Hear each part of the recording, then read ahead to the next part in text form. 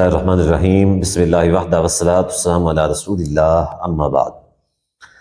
اللہ تعالیٰ نے لوگوں کے دلوں میں فرشتوں کے ذریعے عمران خان کی محبت ڈلوائی۔ عمران خان کی محبت ڈلوانے کے بعد اللہ تعالیٰ نے ہمیں 3 کروڑ ووٹ ڈلوائے۔ اب یہ سٹیٹمنٹ ہے ایک شخص کی جس کا تعلق پی ٹی آئی سے ہے۔ یہ صرف اور صرف پہلی سٹیٹمنٹ نہیں ہے کسی بھی سیاسی پارٹی کی یا کسی سیاسی جماعت کی کہ جس کو مذہبی رنگ یا مذہبی ٹچ یا مذہبی کارڈ کے طور پہ استعمال نہ کیا گیا ہو، بلکہ ہر کچھ دنوں کے بعد کوئی نہ کوئی سیاسی پارٹی کسی نہ کسی مذہبی کارڈ کو استعمال کرتی ہے، اس کو کیش کرنے کی کوشش کرتی ہے مختلف انداز میں، مختلف الفاظ میں۔ بالعموم یہ ساری پارٹیاں ہیں اور بالخصوص پی ٹی آئی ہے۔ پی ٹی آئی تو اس معاملے میں ایکسپرٹ ہے مذہب کارڈ کھیلنے کے حوالے سے۔ ہماری سیدھی سادی بھولی بھالی عوام جو ہے وہ یعنی ایسے لوگ جن کا ایمان کمزور ہوتا ہے، کمزور ایمان والے لوگ اس طرح کے جھانسوں کے اندر بہت جلدی آ جاتے ہیں اور اس چیز کو جو نا ایمان اسلام یعنی ایک ایسے عقیدہ بنا لیتے ہیں، عقیدہ بنا کے اس میں پختہ ہو جاتے ہیں، بس یہ جو ہے نا ایسا ہے۔ حالانکہ دیکھیں یہ جتنی بھی سیاسی پارٹیاں ہیں، جب یہ یعنی کرسی اقتدار سے نیچے ہوتی ہیں تو کیا کرتی ہیں، یہ اس طرح کے مذہبی ٹچ دیتی ہیں، لیکن جب یہ پارٹیاں اقتدار کے اوپر آتی ہیں تو آسیہ ملونہ جیسے کام کرتی ہیں۔ آسیہ ملونہ کو فرار کروایا،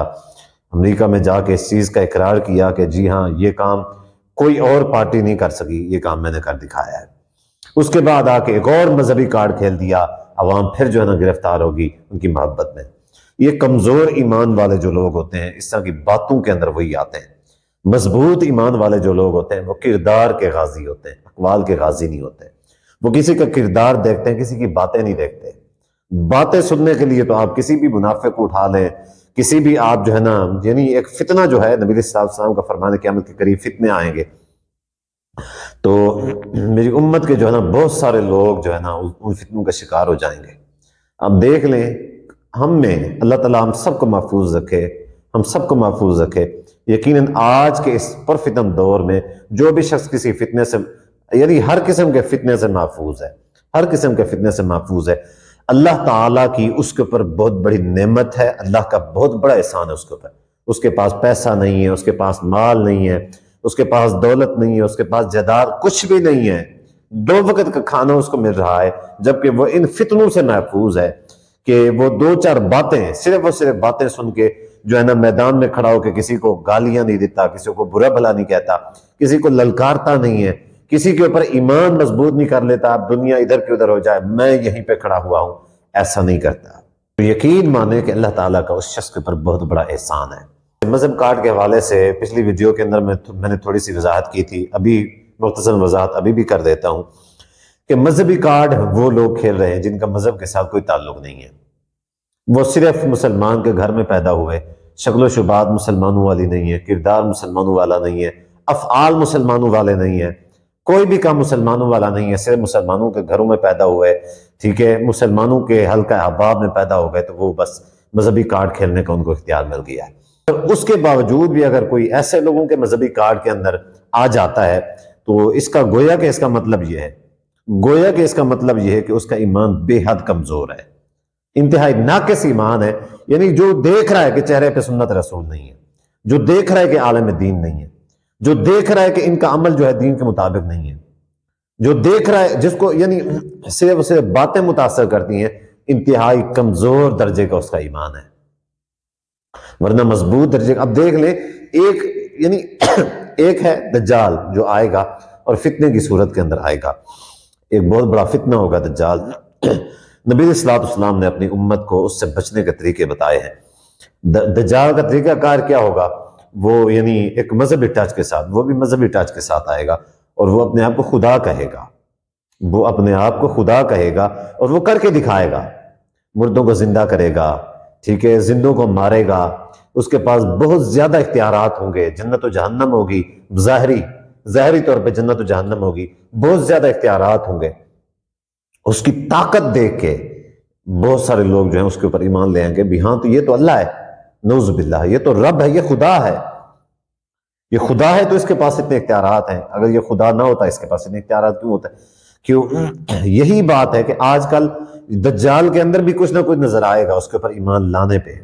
لیکن جب کہ آج کچھ بھی نظر نہیں آیا سوائے باتوں کے، اس کے باوجود بھی ہم کمزور ایمان والے مسلمان لٹتے چلے جا رہے ہیں، لٹتے چلے، یعنی ایسے 5 وقت کا نمازی ایسے بندے کے اوپر ایمان لے کے کھڑا ہوا ہے جس کو نماز نہیں آتی۔ کیا یہ فتنہ ہے؟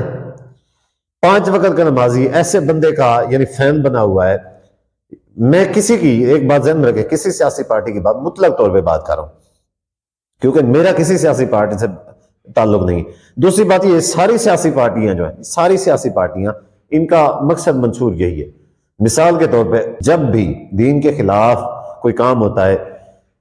کوئی بھی سیاسی پارٹی اقتدار میں آ کے دین کے خلاف کوئی کام کرتی ہے، ان میں باقی جو سیاسی پارٹیاں ہوتی ہیں کوئی بھی سیاسی پارٹی کھڑی نہیں ہوتی۔ مثال کے طور پہ نواز شریف نے اس کو پھانسی دی، جس نے سلمان تحصیل کو قتل کیا تھا، اس کو پھانسی دی تھی، کوئی بھی سیاسی پارٹی نے آواز نہیں اٹھائی، اس کی سپورٹ نہیں کی۔ اسی طریقے سے عمران خان نے یا اس کی پارٹی نے آسیہ ملونہ کو بیرون ملک فرار کروایا، کوئی بھی سیاسی پارٹی کھڑی نہیں ہوئی اس کے خلاف، جبکہ دوسرے معاملات میں جھوٹی خبریں چلا کے، جھوٹے معاملات کر کے، جھوٹی باتیں پھیلا کے یہ ایک دوسرے کو یعنی ڈیگریڈ کرتے ہیں، بدنام کرتے ہیں، جھوٹے کیسز بناتے ہیں، سب کچھ کرتے ہیں۔